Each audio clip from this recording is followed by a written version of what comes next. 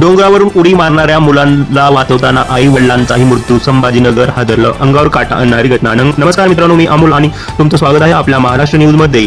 छत्रपती संभाजीनगरमध्ये शुक्रवारी एका मुलासह त्याच्या आई वडिलांचा डोंगरावरून पडून दुर्दैवी मृत्यू झाल्याची घटना घडली आहे।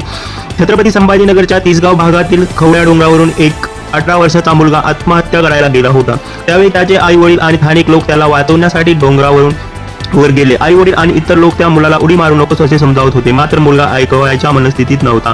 वडील आपल्या मुलाची खूप समजूत काढण्याचा प्रयत्न करत होते। अखेर वडिलांनी पुढे जात मुलाला पकडण्याचा प्रयत्न केला, मात्र तोपर्यंत मुलाने डोंगरावरून उडी टाकली होती।